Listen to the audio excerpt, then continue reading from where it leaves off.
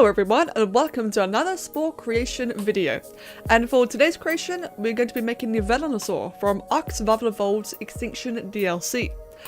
Full disclosure, this creation was made before Extinction was released, so bear that in mind. There may be a couple of inaccuracies. My main references on this creation was during the Extra Life Twitch livestream, where one of the developers was trying out the different creatures and giving a bit of a, like a bit of a demonstration, a bit of a preview, what they can do and such. And during that live stream, I was taking just screenshots upon screenshots, collaging them all together in Paint, and trying to get as many views as I could. Now, the biggest thing by far this creation that I noticed, or this creature, is that the Velonasaur, while it has a rather basic and simple form, it is essentially a raptor. It is a very detailed raptor. Now, for any of you who are familiar with, what I do in Spore, and especially the complexity meter, even with dark injections, even with the freedom hack that allows me to add as many parts in the world as I want, there is still a limit. Now, while I can indeed add millions upon millions of parts, provided the game doesn't crash first, of course, there is still a limit as to how much the game can really handle until it stops animating, and therefore I cannot texture it, I cannot save it, and I cannot animate it. So that to me is my complexity meter, and that is what I have to juggle around. Therefore, with that in mind, this is unfortunately a very budgeted Velonasaur. Again, tried my best with the constraints in mind, but I was not able to add like every single distinct spike and horn and such. Especially as, like I said, my references were screenshots from the live stream, therefore my references already were very limited. I couldn't just look in game and check it out. So when I came to the actual creation itself then, first things first, as always, is the body. A very typical theropod body. I made the tail have a couple of extra joints, so that way when it animates, the tail kind of flows a little bit more. For every extra joint you add into the tail, when you make the tail out of limbs of course, every extra joint means that it can animate a little bit more. It's got another, joints to pivot around and more physics and such, and therefore the more joints you have, the more it flexes. And that's kind of how you are able to make very whip-like tails, ones that really swirl around and are very pretty and animated and such, with the limbs. I couldn't add as many as I wanted to, again, knowing that very early on I was going to have the issue of the budget, but it was a little bit extra, that way it wasn't so terribly stiff. I just decided to do this after seeing the spotlight and the live stream, seeing how the Velonasaur's right-click attack would cause it to kind of swing its head and tail back and forth, and therefore, the little extra animation was really required. When it came to the feet, I spent quite a bit more time on the feet. I'm still very much experimenting with this technique here, trying to make very large theropod feet where they're kind of tiptoeing in a way. And it's always been a bit of a struggle, but a bit of a fun challenge every single time, trying to find like the right balance. Trying to have the right bit of flesh here and there, the right amount of the foot that is actually planted on the floor, and how to make it look like it's standing on its tiptoes as opposed to, having an extra joint, which is obviously not quite correct. And there's always a bit of a fun challenge trying to figure that out. When it came to the head, now I was very torn with the head. Once again, very well aware of the budget constraints I'd have later on, so I really had to go a bit cheap here.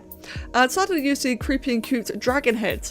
I used that one because the general curvature of the jaw, or more like the mouth itself, was quite similar to what I can see in the screenshots. Very similar. It had the, lots of natural spikes on the head itself, which would save me, again, like a little bit more budget here and there. And overall, the proportions were close enough. Definitely not perfect, but close enough of what I wanted to do without having a plethora of custom parts and making a custom head and, all that kind of stuff. When it came to the actual, would you call it a frill? Quills? I'm not sure. The thing, the appendages around its face that has all the quills it shoots from. When it came to that, I was kind of struggling and experimenting at the same time. I've used these blue pieces here because at least the non-Dark Injections variant, the actual vanilla variant of them, have a bit of a red texture on the inside of them.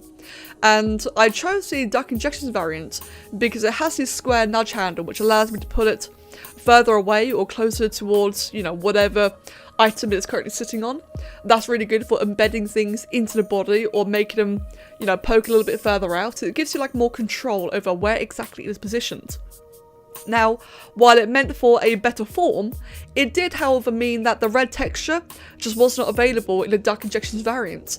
So I did lose out on that texture, and because I'd already added so much more onto these individual bits, and I'd already finished off the frill by the time I noticed this flaw, it wasn't something I could really go back and solve without remaking it entirely from scratch. So in the end, I kind of made do with it. It was, again, considering it's already budgeted and I already knew it wasn't going to be perfect, I definitely felt like it was going to be close enough. You know, a respectable, reasonable close enough, but still not perfect, unfortunately. When it came to these spikes, I used the spikes with just a good old ether erasers, the non-textures ones, instead of the Dark Injection variant ones. That way they could introduce the darker texture that I needed for the creature, without making any of the actual textures, you know, black or grey or whatever. By using the ethereal eraser, and it by default having a grey texture, meant I could use that quite nicely for claws, for spikes, all that kind of stuff, adding that fourth colour, without interfering with the rest of the textures on the creature itself. Kind of like how I use Kanban's colour pack, or the colour spheres. I'm introducing more colours in specific parts without affecting the actual textures of the creature itself. That thus gives me more variety and more options on the textures, and I could in theory have all three textures just kind of mishmashing into, you know, a set pattern. It's subtle, of course, but it just gives me more options later on in the creation. When it came to the spikes around the hips and the tail, this is one of those moments where the screenshots I took just weren't really doing it justice, and at the same time I couldn't really find anything better.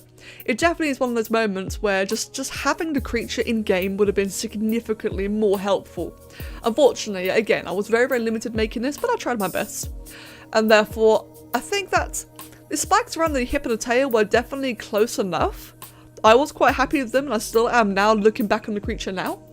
But at the same time though, again, just not quite perfect. Now right now, with the orange nail downs, I'm introducing a bunch of, I can't remember if it's black or blue, a couple of coloured nail downs here to kind of emphasise the black and blue highlights around the creature. What I think is the element corruption or augmentation, I'm not entirely sure what exactly it's been described as. But just generally more of those highlights, more colours, which again will give me more control of the colours more than anything else, but more options with the textures later on. Now these are pieces, I do believe I painted them blue, that way I can have like kind of black highlights here and there. Of course, here I'm adding in the thorns on the tip of the tail, which is very menacing, but also very, very expensive. Like I said, this has just generally been the overall running theme of this creation. I want to stress that, you know, I really want to stress that it was very budgeted. And even now that we have access to Extinction, if I was to remake this creature again, I wouldn't really make that much more progress, if I'm going to be honest here. I reckon if I was to make this again now, a couple of spikes would be, you know, more accurate places, definitely. But overall, the general complexity and simplicity and all that kind of stuff would be about the same.